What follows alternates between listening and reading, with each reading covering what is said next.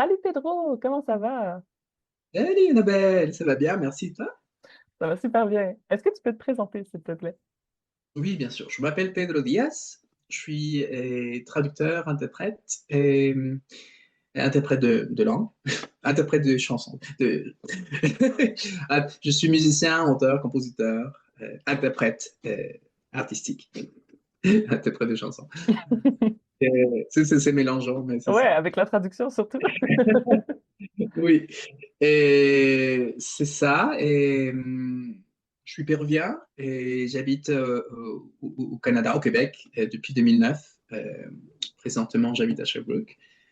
Euh, c'est ça, voilà. Bon, je viens de faire une maîtrise en traduction de chantable des chansons populaires. Et c'est quoi la traduction chantable? Ben, la traduction chantable, ça désigne toute chanson traduite destinée à être chantée en langue cible. C'est ça. Ce sont pas des chansons qui ont été traduites pour le lire seulement, mais pour les chanter dans la langue cible. Langue cible, c'est-à-dire, si on traduit par exemple de l'espagnol au français, on va chanter la traduction en français. Mhm. Est-ce que tu connais des noms qui s'intéressent à la traduction de chansons? Comme moi, je pense à Peter Lowe. Euh, Oui.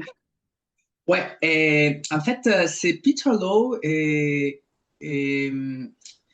Kelly aussi. Euh, c'est les deux, en fait, qui parlent beaucoup des traductions de chansons populaires, non? mhm. Et c'est intéressant parce que, quand même, ce sont des chansons, par exemple, euh, des chansonniers qui ont été, en fait, des chansons de chansonniers qui ont été traduites. Donc, c'est pas évident. C'est quand même, il y a pas mal de poésie là-dedans. Et ils se sont basés sur ça, mais surtout vers l'anglais. Non, c'est ça notre première référence, ce qu'on a, c'était du français vers l'anglais.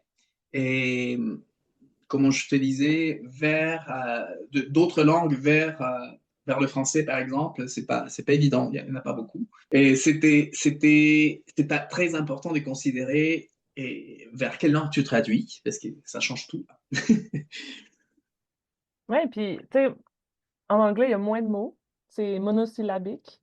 On peut Oui, dire beaucoup plus de choses sur une ligne qu'en français. Mais en même temps, des fois, on manque de mots, tu sais. Mais c'est mais très oui, différent. ouais, il y a des stratégies pour ça. Et il ne faut pas se casser la tête. Finalement, j'ai appris qu'on peut jouer avec la musique, on peut jouer avec la langue aussi, des stratégies. En fait, tu sais, il y a des stratégies pour ça. Mais pour moi, en tout cas, il y a des choses très importantes dans une chanson, c'est de- que les paroles soient claires et très, très compréhensibles. Et le sens, non? Le sens de, et quand je parle de sens, je parle pas nécessairement du sens général de la chanson, mais aussi des sens spécifiques des refrains, des couplets, mais aussi même des vers. Tu vois, c'est parfois d'une seule phrase. Là. Parfois, il y a déjà du contenu, surtout si c'est poétique. Déjà, il y a des contenus dans chaque phrase, chaque deux phrases. Et une idée, il y a une belle idée. Euh, c'est un défi, hein, mais quand même, je trouve ça intéressant de pouvoir respecter le style et respecter la musique, bien sûr, mais aussi la naturalité de la langue. Ça, c'est autre chose à considérer. Et c'est quoi le processus de traduction d'une chanson? C'est ça. Avant de commencer, en fait, à traduire, euh, moi, je suis chanteur, enfin, chanteur, interprète de chansons. Et j'ai commencé avec la chanson francophone. Donc, j'aimais bien chanter en français, et des chansons françaises, mais aussi des chansons québécoises, francophones. Et j'ai appris justement à pouvoir j'ai appris à interpréter les chansons. C'est très important d'interpréter les chansons. Et pour interpréter les chansons, il faut les comprendre et lui donner le sens nécessaire aussi quand on chante. La première chose à faire, c'est de chanter les chansons dans la version originale et de faire une recherche là-dessus, de comprendre en fait les paroles, mais aussi d'essayer quand même d'incarner ces paroles et de pouvoir les exprimer correctement, non? Dans l'interprétation, dans le chant. On n'a pas besoin d'être chanteur pour faire ça. On peut chanter faux, c'est pas grave, mais au moins, au moins s'approprier de la chanson dans la version originale. La connaître bien, en fait, bien la chanson. C'est ça. Une autre chose, j'ai pas passé encore la traduction, mais une autre chose importante à faire, c'est aussi de connaître l'auteur de la chanson, non? De savoir un peu plus sur son style, comme il écrit des chansons, parfois ça peut être différent, mais surtout sur les chansons qu'on va traduire. Et les contextes aident beaucoup aussi, parce que c'est lié parfois à l'histoire, si c'est de musique traditionnelle, parfois à texte poétique, par exemple. C'est lié à un contexte, non? Et c'est intéressant de connaître le contexte. Ça aide beaucoup pour la traduction après. Donc, c'est ça, il faut chanter, interpréter avec du sens la chanson dans la version originale. Et, et après, il y a des étapes, non? Je dirais. Donc, en tout cas, dans mon mémoire, je le fais comme ça, c'est pas quelque chose que... En fait, j'ai créé ma propre... mon propre processus, là. Donc, à ce moment-là, je te dis, analyser les chansons en source, le contenu des paroles, la musicalité, les rythmes, non? Savoir quel genre de rythme. Et aussi, là-dessus, si tu essayes quand même d'avoir une petite connaissance de musique, si on ne l'a pas, ça aide beaucoup, parce que ça va te permettre quand même de, de, de connaître bien le rythme et de voir comment tu pourrais l'appliquer aussi dans la traduction. Et, après, bon, moi, ce que je propose, parfois, c'est une deuxième étape où on fait des versions euh, libres, disons, sans attente, si tu veux.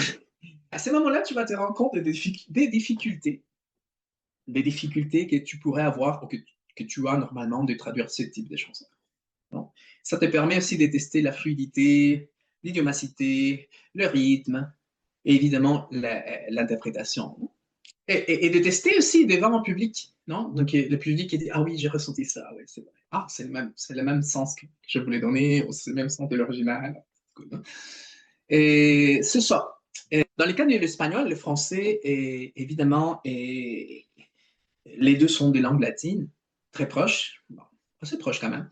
Et donc, parfois, tester, on va dire, faire une traduction littérale, entre guillemets, parce que c'est pas les termes, ça peut marcher, en fait, parce que les mots ont les mêmes sens.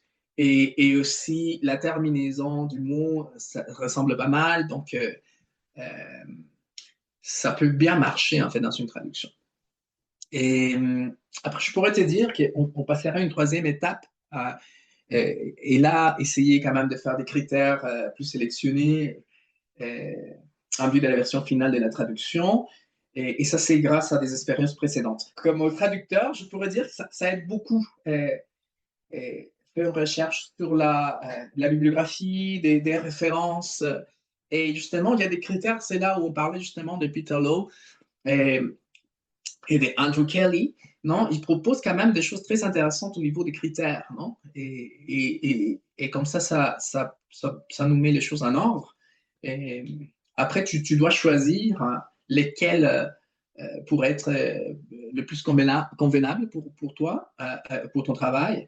Mais il y a par exemple, moi, je choisis la chantabilité, le sens, le rythme, la rime, le style et le public. Voilà. Donc, c'est ça. Et la quatrième étape, ce serait la traduction annotée. C'est ça, je fais discussion.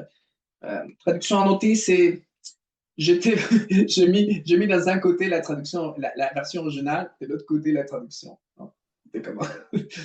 Et là, c'est vraiment, tu appliques tous les critères nécessaires et probablement tu vas te rendre compte que même ces critères-là, il y a des choses qui manquent.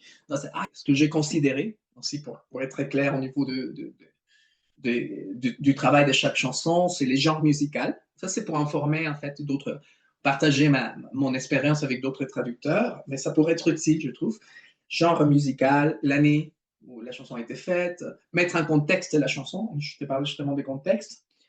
Tu expliques dans quel contexte la chanson a été écrite et pourquoi, l'intention de l'auteur, tout ça. Et des caractéristiques de l'original, stratégie des traductions employées, et soit les critères dont on avait parlé, ou d'autres stratégies. Et voilà, c'est plus ou moins, je t'ai résumé, désolé, je t'ai résumé un peu les étapes. Mais oui, est-ce que toi, tu fais phrase par phrase, tu fais par paragraphe? Est-ce que tu y vas tout d'un, tu fais un jet, euh, tout, tout d'un coup, puis après tu fais plusieurs versions? Parce que moi, j'y fais phrase par phrase. Et si j'aime pas une phrase, ben je vais la passer, je vais aller dans un autre, puis je me dis, ah, je vais revenir tantôt. Puis des fois, j'en parle avec des gens, je dis, ah, il y a une phrase qui m'énerve. Est-ce que ça te prend du temps comme ça, comme moi, ou toi, tu fais comme tout d'un... C'est c'est intéressant, c'est une stratégie, ça, aller phrase par phrase. Mais il ne faut pas perdre déjà l'essence complète de la chanson et le sens du couplet, je dirais, non? Parce que parfois, on est trop concentré sur la phrase et on se rend compte qu'on peut l'inverser. Tu vois, les phrases suivantes, on peut mettre, et ça marche mieux. Tu vois, tu peux travailler, ben, ça dépend de la chanson, mais tu peux travailler aussi sur le couplet au complet, ces quatre phrases. Donc, tu le renverses, tu commences par le final. En fait, si ça donne le même sens, et ça te permet quand même de bénéficier des rimes, tout ça, tu peux tout changer dans ce cas-là, non? Donc, il faut voir d'autres possibilités, parce que parfois, on est coincé sur une phrase, mais on se rend compte qu'on a la possibilité du couplet au complet, non? Et ça va te permettre d'aller plus loin. C'est ça. Ah, j'aime les questions. On est deux nerds passionnés par ça. Non, mais c'est juste savoir parce que toi, tu fais vraiment tout d'un jet, là, tout une trait, puis après, tu retouches finalement? Ça dépend des chansons encore, parce qu'il y Ouais. a des chansons qui racontent une histoire, d'accord? Donc, et il y a des chansons qui même, il y a toujours un lien d'un couplet avec l'autre, donc sont pas séparés. Mais pour la question spécifique, disons de travailler peut-être un mot, moi je trouve correct de travailler phrase par phrase, une fois que l'essence est bien saisie, et l'essence du couplet, je parle aussi, hein, euh, et même de la phrase. Non? Parce que, et là, tu peux voir, ah, je peux changer l'ordre des phrases ici. Et ça va me permettre de faire des belles rimes. Mais si tu ne vois pas tout au complet, parfois on est trop centré sur une phrase, on ne voit pas d'autres possibilités. C'est ça. Mais sinon, oui, il y a un moment donné où il te manque seulement un mot, là, deux mots. Tu te dis, ah, ça pourrait aller. Ouais. Ouais, je je mets pas de côté le fait de travailler phrase par phrase. Je pense que c'est important. Mais sans laisser de côté le sens du couplet, de la phrase et de la chanson. De la structure. Oui. Et c'est quoi les défis spécifiques que tu rencontres quand tu traduis des paroles? Oh mon Dieu. Mais cas par cas, définitivement. C'est... Et dans le cas d'une traduction de chansons poétiques, il y a encore plus de défis, non? Parce qu'il y a des chansons beaucoup plus populaires. Le mot populaire est très vaste, hein. Il faut quand même le définir sur un mémoire parce qu'il y a plusieurs définitions là-dessus. Mais quand on parle des populaires traditionnels, en fait, comme de musique traditionnelle, comme plus de quelque chose de plus contextuel, d'une autre culture, par exemple, ça, c'est un défi aussi parce que euh, la même chose que pour un Canadien, le même objet qui existe probablement au Pérou et au Canada n'est pas, ça signifie pas nécessairement la même Non. chose. Tu Ouais. vois. Ou c'est pas vu de la même façon, ou c'est interprété d'une autre façon. Donc, comment faire en fait pour que les gens comprennent que c'est pas nécessairement la même chose. Ou, par exemple, des phrases idiomatiques, mais pas seulement des phrases idiomatiques faites, mais aussi des expressions, par exemple. Ouais. Euh, et comment tu te réfères à une personne. Je te donne un exemple. Euh, il y a une chanson qui parle de la peau OK. d'un Parce que la musique péruvienne, les afrodescendants au Pérou, un peu d'histoire rapidement, les afrodescendants au Pérou étaient quand même discriminés. Hein, donc, mais par contre, on essayait quand même de mettre en valeur euh, cette communauté. Et c'est pour ça que parfois on parle de musique afro-péruvienne. Mais en partie, c'est un grand partie la musique traditionnelle de la côte du Pérou. C'est mélangé, en fait. C'est pas seulement africain, mais c'est africain, espagnol et autochtone ensemble. Métis. Donc, ce qui se passe, c'est qu'il y a une chanson qui parle de la peau, mais ça dépend de l'intention, quand tu parles de la peau d'une personne. Mhm. La mettre en valeur. Non?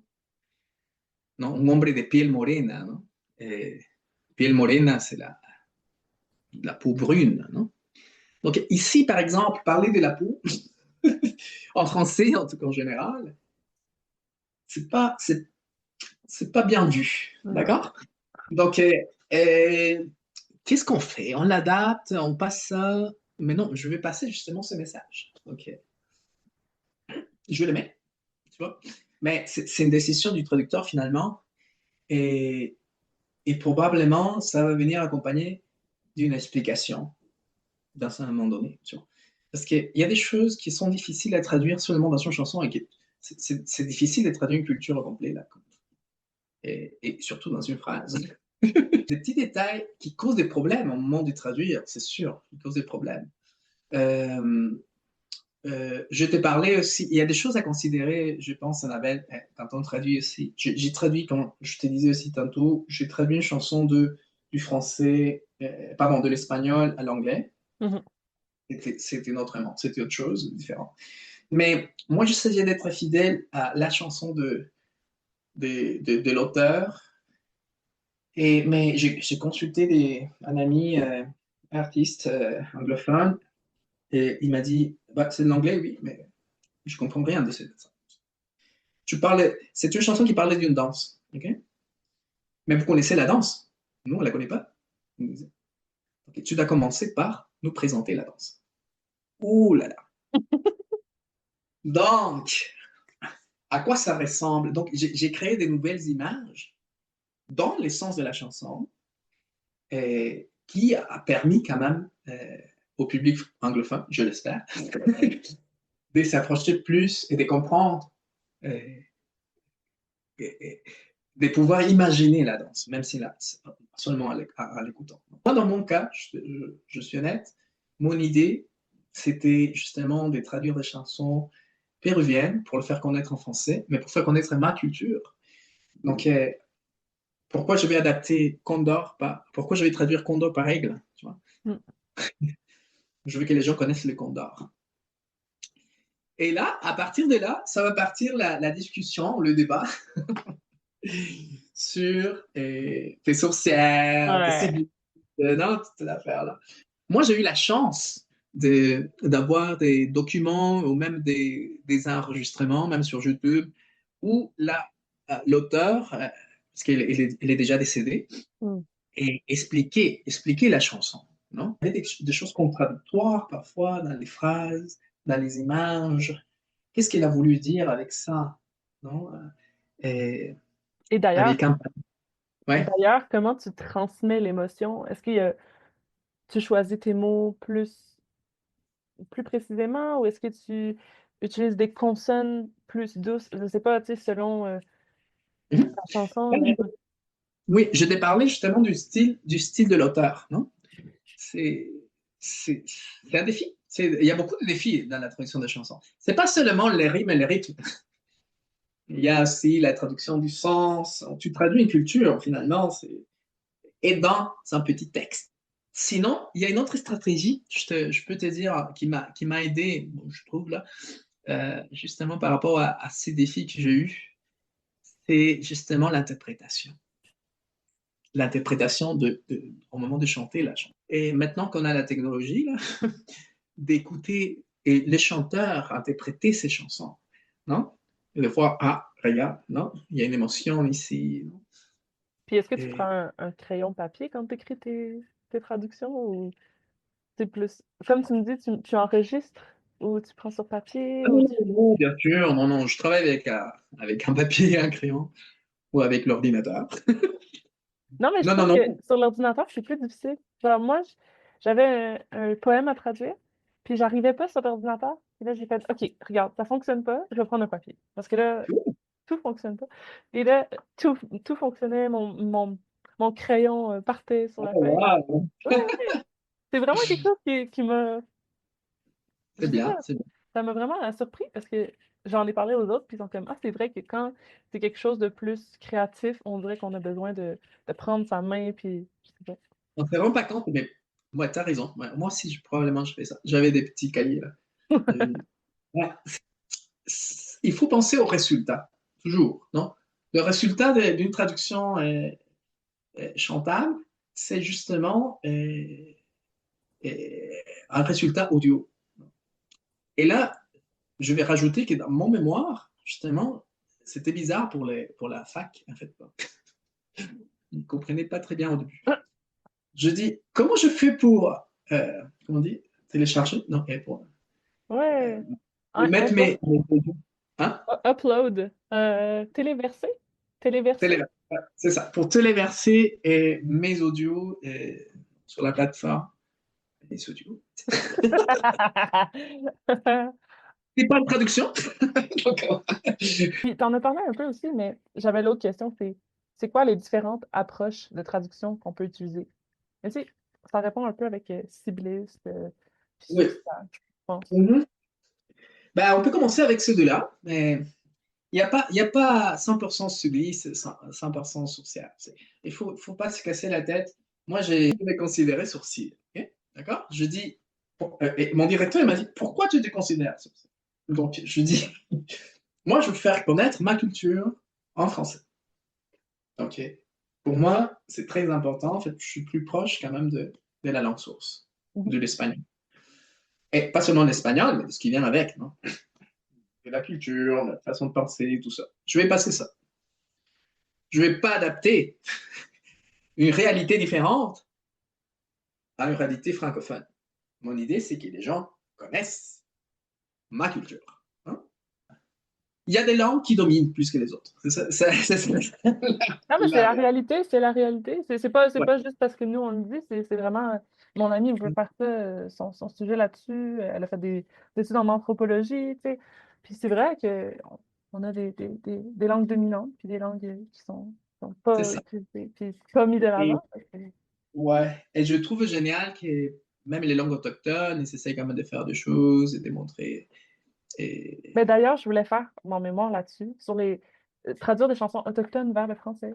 Puis on m'a dit que j'étais c'est délicat. pas. Autochtone. Ouais. Puis, ben, j'étais pas. Tu sais, non, mais pas juste ça, mais juste que c'était pas ma place de faire ça. Puis, ça m'a vraiment. Tu sais, je suis triste parce que j'aurais vraiment voulu que ça soit connu. Mais en même temps, oui, je comprends que si je fais ça, c'est comme la. C'est un sujet très, très, très délicat. Oui. C'est dommage, hein, parce que on pourrait faire des belles choses, en fait. Je vais ajouter quelque chose. Quand je chante mes chansons, chansons d'Amérique latine à un public francophone, ou mes chansons à moi, je les mets dans un contexte, j'explique et tout.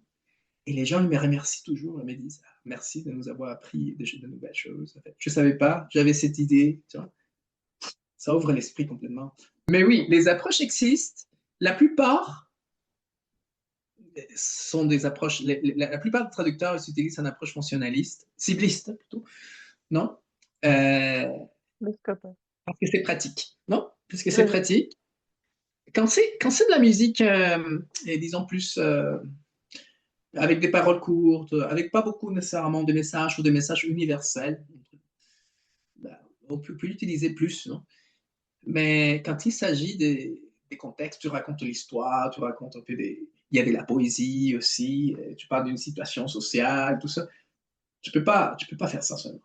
Il faut quand même aller plus à ta source, non? Et essayer de la reproduire le mieux que tu peux, là, parce que c'est pas évident, en langue cible. C'est quoi l'impact de la réception d'une chanson? L'impact est variable. Euh, et d'après mon expérience, une chanson à texte euh, traduite est très appréciée par le public. Le public cible, hein. Parce que c'est là, ça lui permet pas seulement de comprendre le sens de la chanson, mais la beauté du texte. Une contribution, je trouve, intéressante à la langue française. Euh, c'est ça. Donc, j'essaie quand même aussi de changer les clichés. Et il y a des mots génériques que les gens utilisent. Euh, disons par exemple, si on parle des Andes du Pérou et des instruments des Andes du Pérou, ils vont dire la flûte des pans. Hein, la flûte des pans. Mais il y a d'autres noms pour ça. Il y a différents types de flûtes des pans. J'essaie d'expliquer les gens que c'est pas la flûte des pans universelle. C'est pas... Non, chez nous, on l'appelle sikus. Non? Je vais répéter les gens. Je suis très, très, très prof là quand même. C'est des réalités différentes et l'impact justement sur la perception et la réception d'une chanson par le public est bonne. Ouais. Et, Moi, je trouve que et- beaucoup de monde disent ah, c'était mieux l'original, surtout dans les films, là. Mais mhm. c'est très dur de leur faire changer d'idée, de dire non, non, mais ça, c'est une adaptation, là, comme. Non, c'est surtout quand ils connaissent l'original. Hein? S'ils connaissent pas l'original, ils vont penser que c'est une nouvelle, une belle chanson. La plupart des gens ne connaissent pas les origines des chansons, surtout s'ils sont des chansons traditionnelles. Mais il y a une chanson, par exemple, j'ai traduite il y a longtemps, et ça s'appelle l'élastique. Et un rythme de polka, parce que nous, on a la polka péruvienne. Non? C'est un peu différent, mais ça a plus ou moins le rythme du rigodon. Ok? C'est touti, touti, touti, touti, non? Et je l'ai chanté à Chicoutimi il y a très longtemps. Il y a une madame qui s'approchait de moi, en français, parce que c'était une traduction. Elle me dit ah, merci, bravo. Je suis content que, que tu diffuses le folklore du Québec. Ça parlait de Lima et tout, mais quand même. Mais Et tu continues. nous, on a la musique, là, puis toi, tu es un artiste. Mais Ouais. est-ce que tu as déjà collaboré avec des artistes? Est-ce que. Oui, ouais, on m'a demandé. J'ai une chanson country. Une chanson country, et c'est un chanteur qui habite à Vancouver. OK. Et il m'a demandé de traduire de ses chansons en espagnol. Il a fait une chanson country en espagnol pour les États-Unis. Mais j'imaginais même pas là, aller dans dans cette musique. Je ne sais pas si ça marchait, mais oui, j'ai collaboré, bien sûr. J'ai déjà chanté pas mal des traductions ben, devant un public, là, Et des comment musiques ça, traditionnelles. et comment ça se passe, justement, comme tu dis, les gens, ils critiquent, puis là, tu te dis, mais oui, mais toi, fais-le. Tu sais, est-ce que vous collaborez, puis vous parlez de la chanson, puis. C'est variable parce qu'il y a des gens qui sont étonnés, qui sont surpris, qui apprécient. La plupart des francophones, ils apprécient ça. Ils apprécient beaucoup ça. Et ils savent que c'est pas évident et ils trouvent pas ça bizarre parce qu'ils comprennent, tu vois. Et je l'ai fait dans plusieurs contextes. Un contexte plus culturel, un contexte plus animation. Et il y a des gens, la plupart d'artistes, je peux te dire qu'ils font une chanson en espagnol, ils vont la chanter en espagnol et ils vont ajouter un peu des phrases en français ou un petit couplet en français, mais pas toute la chanson en général. Donc, il y a des gens qui m'ont proposé ça. Est-ce que toi, tu as un truc pour pour traduire les rimes, pour traduire les jeux de mots? Est-ce que tu regardes des dictionnaires? Est-ce que. S'il existe déjà la traduction d'une expression, je peux la considérer, non? Si ça ne modifie pas, en fait, parce que parfois, par exemple, on utilise la moitié d'une expression et et les transformer dans l'original. Hein, comment? C'est un jeu de mots. Là, je la change. J'essaie d'être fidèle à l'original et j'essaie quand même oui, de trouver l'équivalent qui existe déjà. Et s'il y a quelque chose en fait qui a été modifié, d'essayer de le modifier aussi dans la langue cible. Donc, pour que ça soit fidèle, non?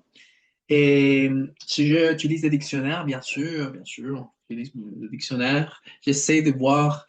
Et d'ailleurs, nous avons en fait au Québec, il y a la Banque linguistique, il y a beaucoup de dictionnaires du Québec là, qui sont super bons et qui peuvent te proposer des choses aussi. Et je travaille beaucoup aussi. J'essaie de trouver des équivalents. C'est important, c'est donner cette chance d'échanger la structure de temps en temps pour que ça fonctionne. Et tu peux être surprise là de dire waouh, ça fonctionne mieux. Hein? Ça change pas l'essence. Ça change pas l'essence. Mais oui, c'est un gros défi là, c'est un gros défi. Parce que c'est les gens des chansons que je traduis. Donc il y a toute une histoire. Tu peux pas. Il y a des chansons beaucoup plus simples à traduire, mais ça vaut la peine en fait d'écrire des chansons comme ça a plus de contenu, plus d'histoire. Moi, je me demande avec les droits d'auteur comment ça fonctionne. Une fois que tu crées un lien avec l'auteur va être, en général, va être intéressé à faire connaître ses chansons. Et déjà, c'est partagé. Et c'est partagé. Si je parle de la SOCAN, par exemple, c'est la société. La, SOCAN, ça veut dire. la Société canadienne des auteurs, compositeurs et éditeurs de musique. C'est ça. Donc, c'est seulement te mettre d'accord avec l'auteur ou la compositrice, compositeur. Et finalement, tu enregistres ça, sur la SOCAN, un autre organisme, et finalement qui va accepter, qui va mettre tout en ordre. Mais on n'est pas encore considéré, non? La traduction n'est pas considérée, disons, comme elle devrait, là. Et faut qu'on travaille là-dessus pour être un peu plus reconnu là-dessus, surtout au niveau des traductions de l'art en général. Mais ce que j'ai compris, c'est que de toute façon, la traduction, parce que quand tu es affilié à des organismes, moi j'appartiens à la SOCAN, par exemple, donc il faut quand même le déclarer. Si tu le déclares officiellement, ça devient officiel, non? Et pour ça, tu contactes l'auteur, tu parles avec eux, avec elle, et voilà, vous arrivez à une entente. En général, l'entente, c'est pas monétaire, c'est autorisation et par respect. Et voilà, c'est ça. En tout cas, il y a beaucoup de travail à faire là-dessus. Et encore, je ne sais pas si je suis un peu rebelle, mais je pense que parfois, il faudra suivre nos objectifs ou ce qui nous interpelle au lieu de ce qu'on nous impose. Non? Mhm. Euh, mais oui, c'est important de travailler là-dessus, de donner notre point de vue. Et j'encourage les gens, je profite en fait de ton podcast pour encourager d'autres traducteurs à s'intéresser à la traduction de chansons, mais à la traduction de l'art en général, parce que même des contes, traduction de...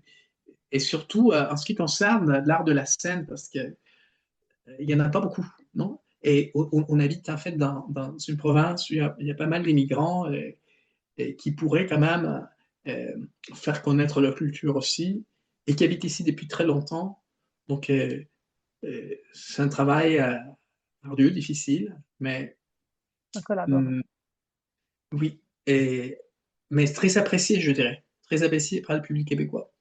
Moi, je vais continuer là-dessus. Euh, donc, j'encourage tout le monde à le faire aussi. C'est Et, important. C'est et important. où, et où on peut te suivre sur les réseaux? Ah, c'est vrai, oui. Bon, en fait, je vais parler d'abord de mon mémoire. Et on peut le trouver, il est déjà un peu partout apparemment, Euh, sur Papyrus. En fait, si vous mettez traduction chantable de chansons populaires et mon nom, Pedro Diaz, vous allez le trouver en ligne. Mais il y a Papyrus de l'Université de Montréal. Euh, Sinon, pedrodiaz.ca. Diaz, c'est avec Z. Z. Pedro Diaz. Et ma page web, c'est ma page web d'artiste, où aussi j'ai quelques chansons en français, en espagnol, en français. J'ai écrit une chanson en français aussi, une valse en rythme péruvien. Et je vais mettre là aussi les traductions bientôt ce que je fais. Merci. Hmm, ça. pedrodiaz.ca et la traduction chantable de chansons populaires, Pedro Diaz, vous pouvez la trouver en ligne aussi. Voilà, Annabelle, merci beaucoup.